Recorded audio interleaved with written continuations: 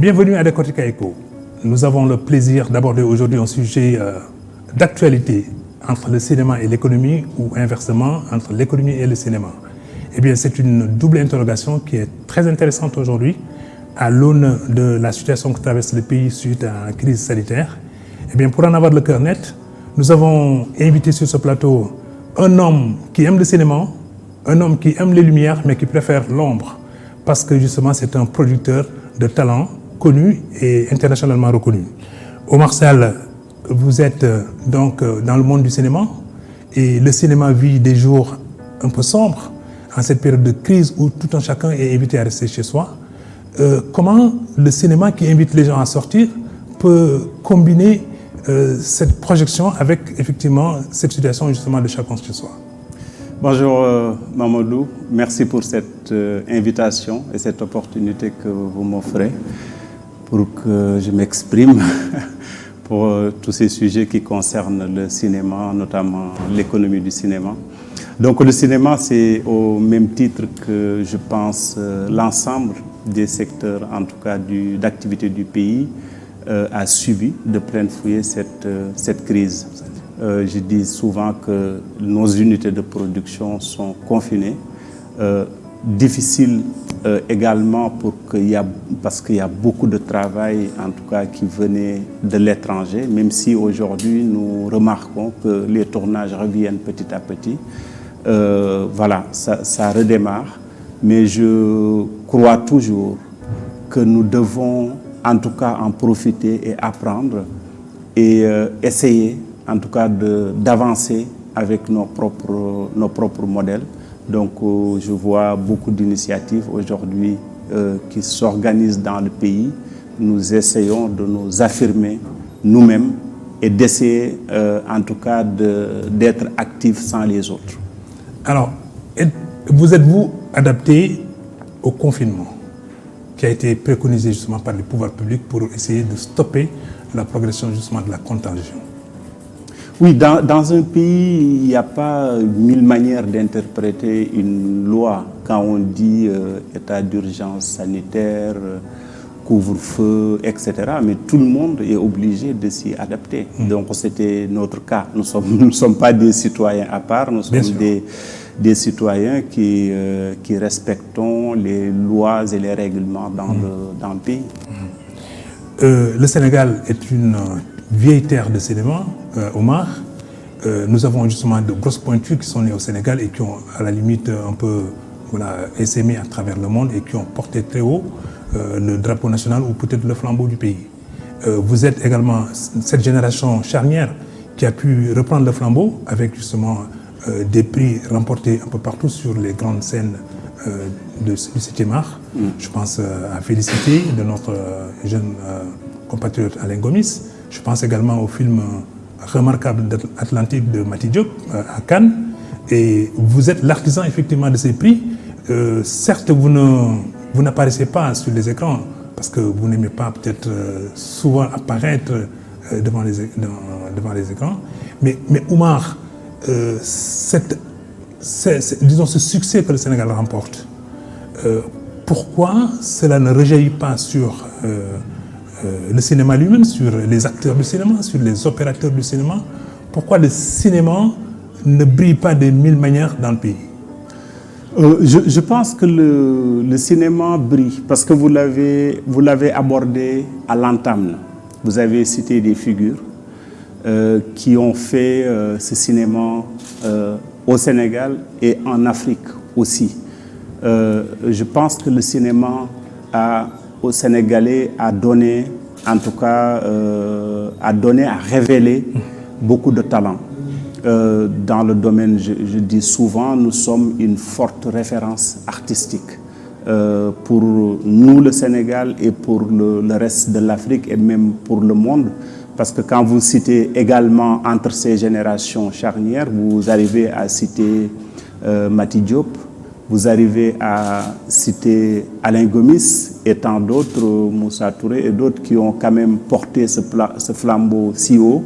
Ça veut dire que ce cinéma existe. Et je pense que du point de vue de la ressource humaine, nous n'avons rien à envier aux autres. Parce que le Sénégalais aujourd'hui est prompt à porter tout tournage, en tout cas qui désire se réaliser dans le pays, et pour des sociétés de production et pour d'autres compétences. Mais pour ça, nous devons continuer à travailler. Il y en a beaucoup qui ont appris le cinéma dans le tas, donc il faut continuer à sauvegarder et à travailler en tout cas la formation de ce capital humain, hein, que je peux même l'articuler avec le plan Sénégal émergent, où je pense au niveau de l'axe 2, on parle de capital humain. Je pense que nous avons besoin en tout cas de cette main-d'œuvre encore qualifiée et qui sert de référence pour l'Afrique et pour le monde. Ça existe au Sénégal. Il y a d'autres choses qui font que le cinéma ne rejaillit pas tout de suite. C'est ce qu'on appelle, ce cinéma a été toujours gangréné par une déperdition de valeur ajoutée. Je m'explique. Ça veut dire que ce cinéma a été toujours un cinéma de service, mais l'économie se trouvait ailleurs. Pourquoi? Parce qu'il y avait toujours la possibilité pour les autres de financer les tournages qui se passent au Sénégal sans que le pays en général ou sans que des sociétés de production puissent exister et porter une part de coproduction. Et qu'à un moment, le pays ne mettait pas, si nous parlons d'histoire, le pays ne mettait pas d'argent dans le cinéma. Il a fallu effectivement que l'arrivée de cette première étalon, et nous avons la chance avec le président actuel, le président Macky Sall, qui lui est passé, je dis souvent et je le répète, d'une volonté à une décision politique, de doter un fonds pour le cinéma. Et ça aujourd'hui contribue, en tout cas avec la vision actuelle du ministre et la courbe qu'il est en train de défendre, nous sommes en train en tout cas de trouver, de renverser cette courbe avec une dignité. Voulez-vous dire, Oumar, que le cinéma est un jugement de potentialité? Effectivement. Vous savez, le cinéma fait partie pour moi du secteur tertiaire. Nous sommes dans l'économie de service. Et quand vous prenez le monde entier, je pense que l'Afrique aujourd'hui, il y a 200 millions de jeunes qui ont entre 15 et 24 ans. Vous voyez? Et l'essentiel de la jeunesse aujourd'hui travaille dans ces économies de service. Et le cinéma et le numérique offrent des opportunités et offrent énormément d'emplois. Quand on tourne un film au Sénégal, il y a énormément de personnes qui travaillent. J'avais expliqué ça pour le film Atlantique. Oui. Nous avons fait travailler... L'État du Sénégal a investi 100 millions dans le projet. Mais nous en avons dépensé presque 600 ou presque 700 millions au niveau du Sénégal. Vous voyez l'effet d'entraînement. Qui en bénéficie en vérité? C'est le Sénégal, les hôtels, c'est le transport, c'est les jeunes qui sont dans la banlieue, c'est la restauration. Il y a cet effet d'entraînement et qui fait que le Sénégal offre le cinéma offre énormément d'emplois et des possibilités d'emploi. Voilà comment il faut aussi voir l'apport du cinéma, en tout cas en matière d'emploi. Alors, essayons d'être encore plus explicite. Le Sénégal peut être une destination. La jeunesse sénégalaise peut être justement ce levier par lequel peut-être les cinéastes peuvent passer pour essayer donc de mieux vendre la destination Sénégal. Je veux dire en termes de paysage, de relief, de projeter l'imaginaire sénégalais vers l'extérieur, de susciter aussi une sorte d'attractivité des autres par rapport au Sénégal. Les cours d'eau, les plans d'eau, le relief, les paysages. Je veux dire, il y a toute une série de choses ludiques que le monde pourrait découvrir du Sénégal si le cinéma le met au devant. Et je prends l'exemple justement du roi du Maroc qui, en se déplaçant à travers le monde, disons, se fait accompagner d'un certain nombre d'acteurs potentiels du cinéma pour vendre justement l'imaginaire marocain. Et on a vu par la suite que de grands réalisateurs américains ont fait le déplacement au Maroc simplement après avoir vu quelques séquences visuelles, disons, d'un Maroc en miniature au cours des déplacements du souverain marocain. Oui. Est-ce que le Sénégal, de ce point de vue-là, peut prétendre à ce type de statut? Oui, vous avez en effet raison, parce que ça, c'est le rôle du cinéaste. Je donne un exemple. Quand les films sont sélectionnés dans un grand festival, il s'agit pour nous de l'exportation, parce que nous exportons l'image du Sénégal. Mais quand nous exportons l'image du Sénégal dans un grand festival, comme le festival de Cannes ou Berlin, c'est le Sénégal qui est à l'affiche. C'est-à-dire, à la fois, on peut découvrir ce qu'un président fait en matière de politique culturelle, c'est-à-dire on dit j'ai mis de l'argent pour le développement de mon cinéma et on voit le FOPICA partout, le logo du FOPICA partout. Ça, c'est une chose. On montre les politiques du président de la République. La deuxième chose, on montre tout ce que le pays a comme richesse culturelle. Vous avez un film tourné ici au Sénégal, en langue wolof, etc., avec nos décors, etc. Donc, on met notre pays à l'affiche. Donc, c'est ça aussi, en termes de valeur ajoutée, des choses qu'il faudrait comprendre. Et la deuxième chose, quand ces prix arrivent, on parle partout du pays. Comme je dis, il ne s'agit pas d'agenda personnel, il ne s'agit pas de Omar Sall, d'un rapport bilatéral. Mais il s'agit de se poser la question, qu'est-ce que ces prix servent pour le cinéma sénégalais? Donc ces prix font que des investisseurs arrivent. Par exemple, vous avez au lendemain du deuxième étalon, vous avez le groupe Bolloré qui vient d'investir, qui vient de mettre en place une salle de cinéma. Aujourd'hui, avec cet engouement, vous avez Pathé et Gaumont qui viennent mettre également des salles de cinéma. Donc, et ensuite, d'autres tournages qui se drainent vers le pays. Alors, nous avons cette chance d'avoir un pays stable, un pays démocratique. Nous avons le soleil, etc. Vous avez des décors, vous venez de les citer. Mais comprendre juste également que les décors doivent rentrer dans l'histoire, dans l'écriture. Ça veut dire qu'on ne peut pas obliger une personne, etc. Il faut qu'il y ait un rapport entre le décor et l'histoire. Le fait de montrer son pays, nous avons maintenant beaucoup d'avantages. Nous avons,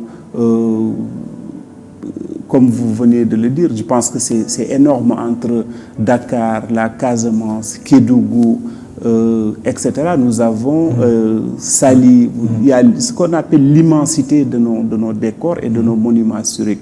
Donc on a besoin également de montrer au reste du monde parce qu'il s'agit de notre patrimoine. D'ailleurs, l'autorisation de tournage, qui est un décret, permet chaque fois à ce qu'on filme, en tout cas l'ensemble de ces décors, l'ensemble de notre patrimoine. C'est ça le but également de l'autorisation, c'est de donner cette liberté. Mais comme je dis, faudrait-il que tout ça soit en rapport avec l'histoire que nous racontons. Alors là, nous entrons maintenant de plein pied justement dans un sujet très intéressant, mais plus pointu pour vous. C'est votre rapport, disons, à l'économie de ce pays. En termes de formation du PNB, je présume que du PIB plutôt, toutes les activités autour justement du cinéma participent à la formation justement de ce PIB.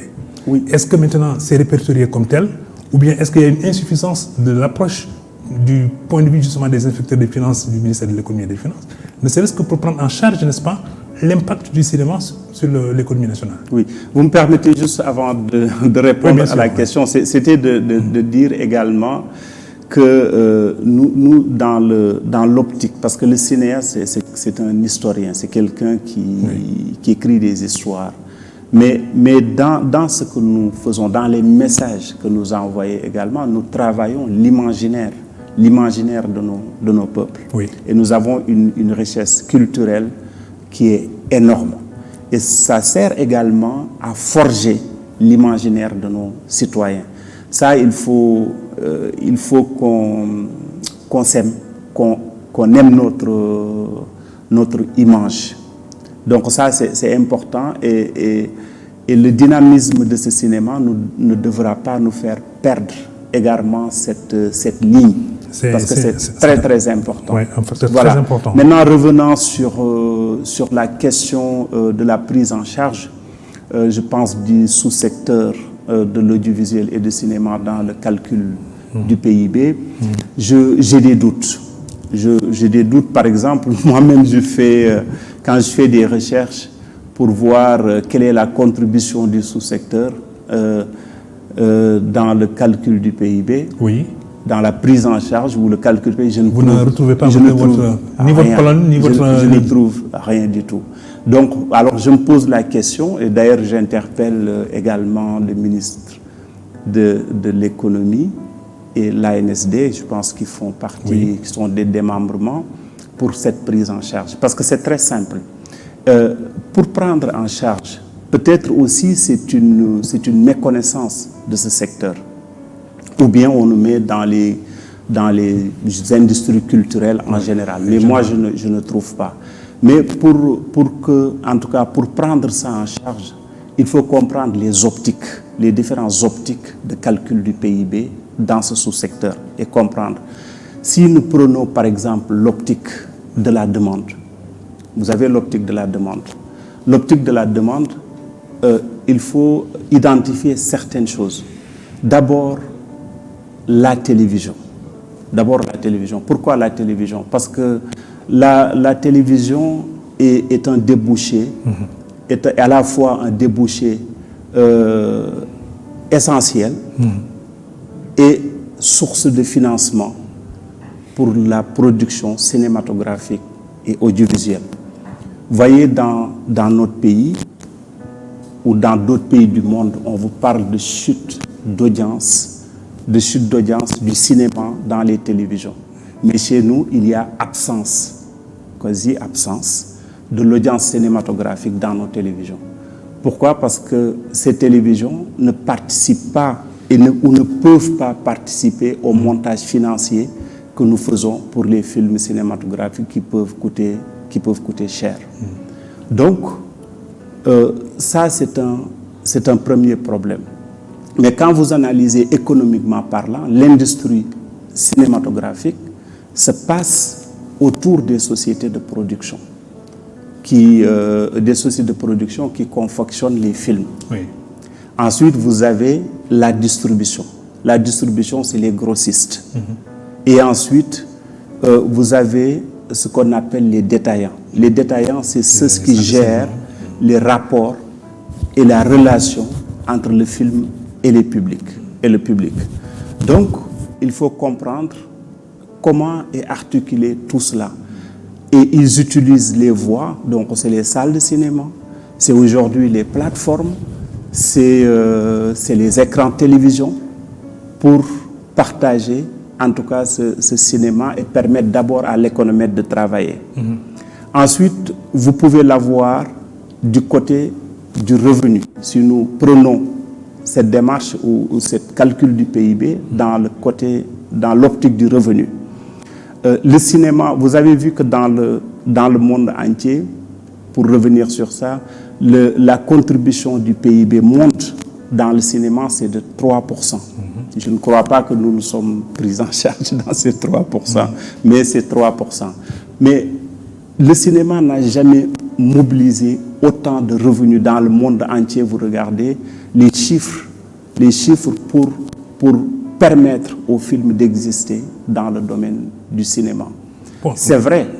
C'est vrai qu'un fonds, peu importe le fonds qui existe, ça ne finance pas totalement ou intégralement un film. C'est le cas du FOPICA, ça participe, mais il faut des financements innovants pour permettre en tout cas de densifier cette revenu. Et même aujourd'hui, on parle de GAFA, on parle de plein de choses, parce que la subvention n'est pas souvent tenable, mais c'est important. Mais quand vous prenez également, je termine par rapport à l'optique de la demande, c'est-à-dire, que demande-t-on?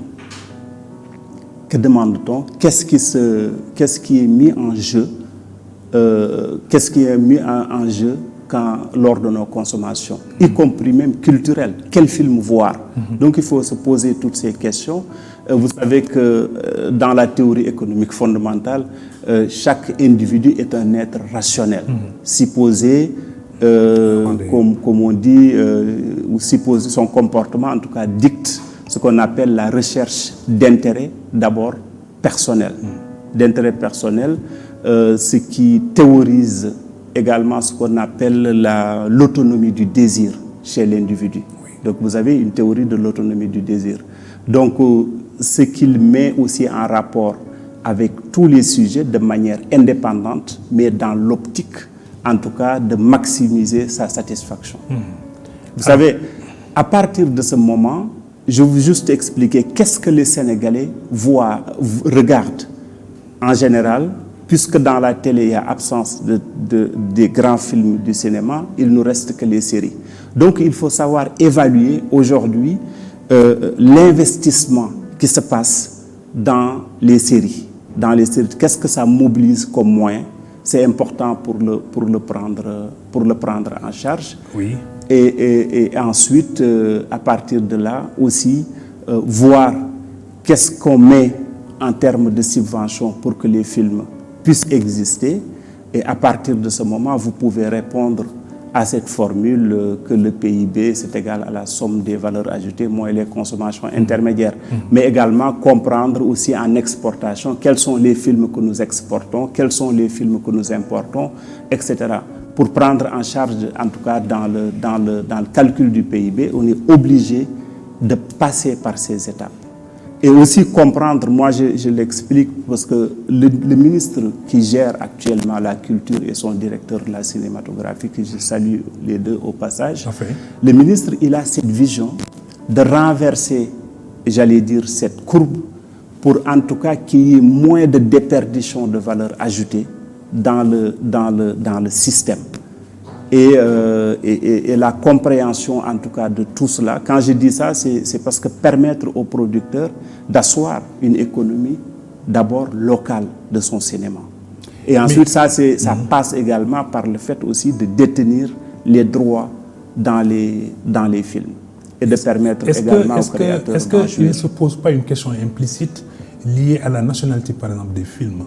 Si les deux films d'ailleurs qui ont été primés grâce à ton apport remarquable, ne sont pas des films soutenus justement par des mécènes ou peut-être par des fondations étrangères, au point peut-être de ne pas trop attirer l'attention sans doute des opérateurs économiques, de façon à ce qu'ils se disent, mais tiens, ce film, il peut avoir aussi un succès national s'il a une implantation nationale. Oui, alors le problème c'est que moi en tout cas, depuis que je suis en train de coproduire des films, il y a deux choses dont je ne négocie pas. Le fait de fixer les droits en terre africaine et de fixer les droits pour mon pays. Okay.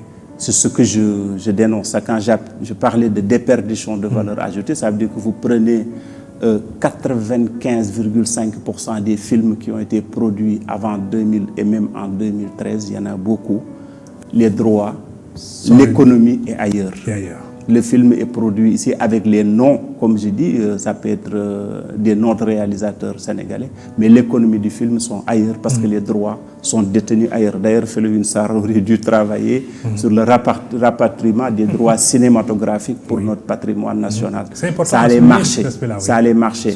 Donc, pour les questions de nationalité, c'est ça le travail que nous avons eu à faire, et de détenir des droits monde dans les films. Même si nous avons 20%, ça nous permet de détenir nos droits en Afrique et de détenir des droits monde par rapport aux films. Mais ça, c'est la démarche normalement de tout producteur.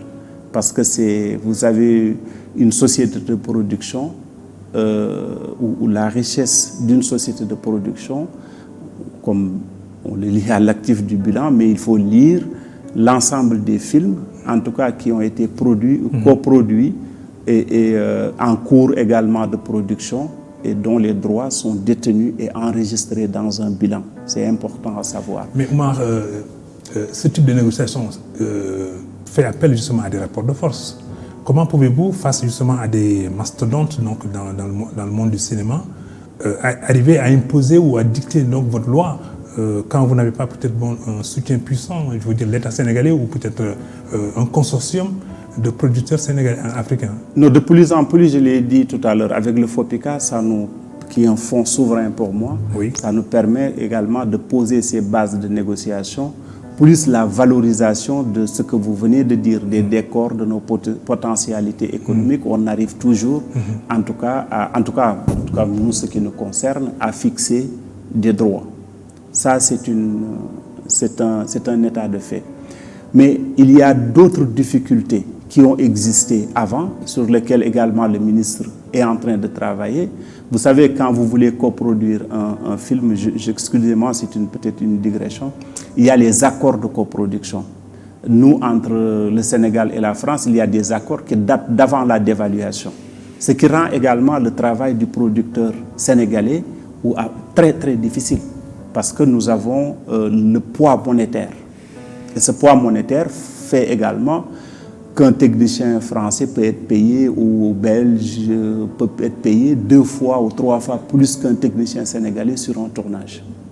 Mais il y a ce poids monétaire. Mais tout cela, en tout cas, est en train d'être résolu avec la révision normalement de l'accord de coproduction entre la France et le Sénégal. Très bien. Et je pense qu'ils sont en train également de réfléchir pour d'autres pays. Mais ça, c'est important. Mais il ne faut pas non plus confondre les modèles économiques. Parce que le fait de financer son cinéma par une subvention, ça c'est l'apport institutionnel, mais vous pouvez avoir des modèles économiques. Vous voyez, les États-Unis fonctionnent avec un modèle économique, le Nigeria fonctionne avec des modèles économiques, et dans ces modèles économiques, vous mettez les lots d'investisseurs et vous mettez éventuellement les mécènes. Donc ce qu'on appelle les investisseurs à fonds propres, ou bien vous avez les investisseurs par dette. Voilà, vous avez ces deux. Et ensuite, l'opportunité d'investissement par les marques. Ce qui vous permet aujourd'hui à toutes les télévisions sénégalaises d'avoir ce modèle, ce qu'on appelle l'opportunité d'investissement par les marques. Vous faites exister les contenus parce que le sponsor est là. Omar, qui dit cinéma parle de salles de cinéma aussi. Et on constate, en tout cas dans Dakar et dans les principales villes des régions, que les salles se meurent. On a comme l'impression peut-être que par ricochet, le cinéma également ne peut pas être d'une certaine vitalité dès lors que les salles ne fonctionnent pas. Est-ce qu'il y a une articulation ou bien est-ce qu'avec les nouvelles technologies, le cinéma peut peut-être rectifier le tir et peut-être trouver maintenant un nouvel espace d'expression? En fait, ça vous l'avez vu pendant le coronavirus quand les gens étaient confinés. Vous avez les plateformes ont explosé. C'est ça.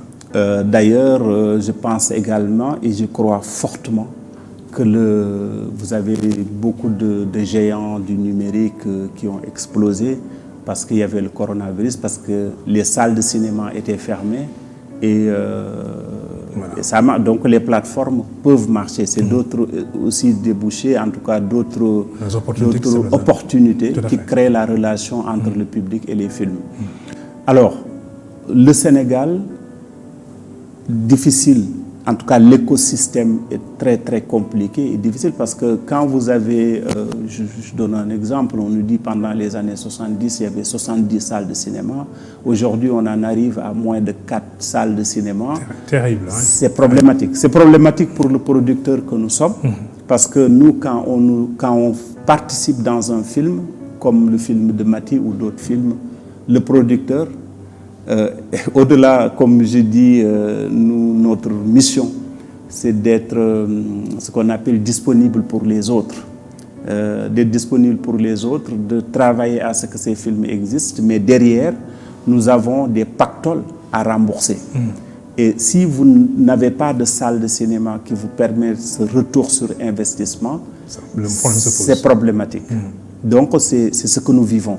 Donc, au-delà de montrer le film, notre industrie peine également à décoller parce que, à la fois, les producteurs n'accèdent pas facilement à la terre parce que nous en avons besoin pour, en tout cas, travailler ou accélérer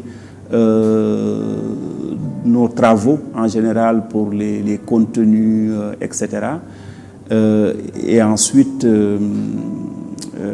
comme je dis, continuer à participer au dynamisme de l'économie nationale. Deux petites questions, parce que bon, on s'achemine vers la fin de l'émission. Deux petites questions.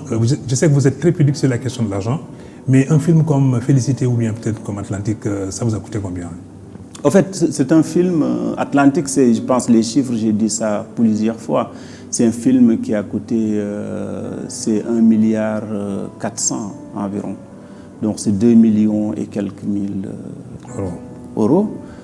Maintenant, dans ça, par exemple, vous prenez la répartition de ce fonds, le groupe Afrique, le groupe le Sénécap, par exemple, participe pour 20% du montant.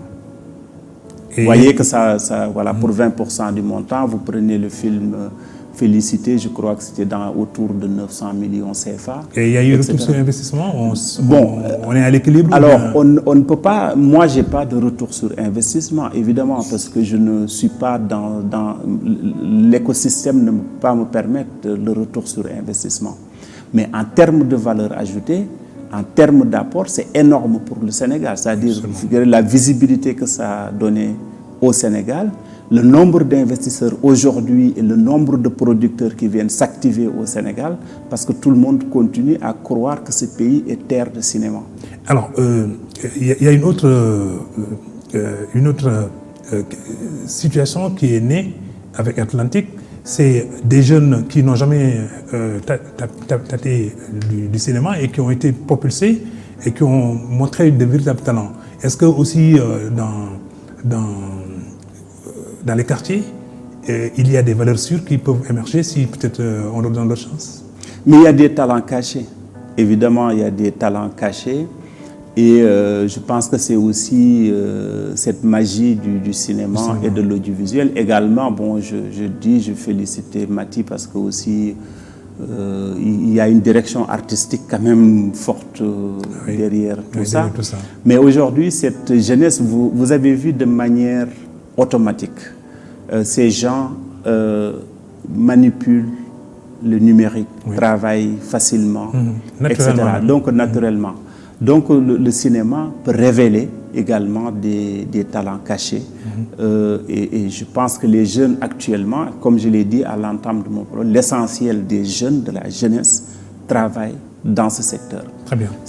Parce que d'ailleurs, c'est pourquoi nous continuons à croire qu'il faut tourner en abondance des films pour permettre à ces jeunes non seulement de trouver de l'emploi, mais permettre également de voir l'image de notre pays de manière, pas cliché, mais de manière saine et de manière respectable. Alors, en une formule, la prochaine étape pour Oumar Sall, producteur? Alors, nous sommes dans le développement, comme on dit, de projets. Je vais bientôt tourner un court-métrage avec Khadijatou Sow.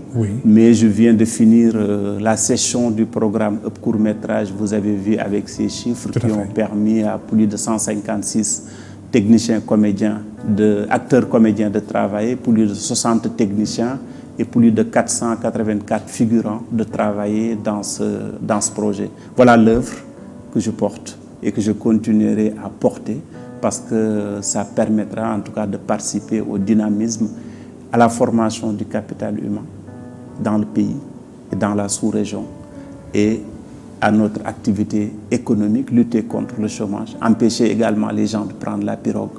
Voilà l'essence qu'on peut donner et permettre également aux auteurs d'apprendre en faisant et d'apprendre le cinéma de qualité. Voilà ce que nous continuons à porter. Ben, voilà, le cinéma est un facteur de croissance, le cinéma est un facteur de stabilité puisqu'il crée de l'emploi, mais le cinéma entretient aussi un imaginaire et fait attirer les touristes, fait attirer justement les gens qui sachant et tous ceux qui peuvent aimer un pays. À travers le cinéma, ils peuvent découvrir justement les ressorts de ce pays-là. Le Sénégal en est un. Omar est un acteur, est un trait d'union de ce cinéma qui valorise un pays, qui valorise une destination, mais aussi tout un continent. Eh bien, donc comprenez que le cinéma, c'est du sérieux.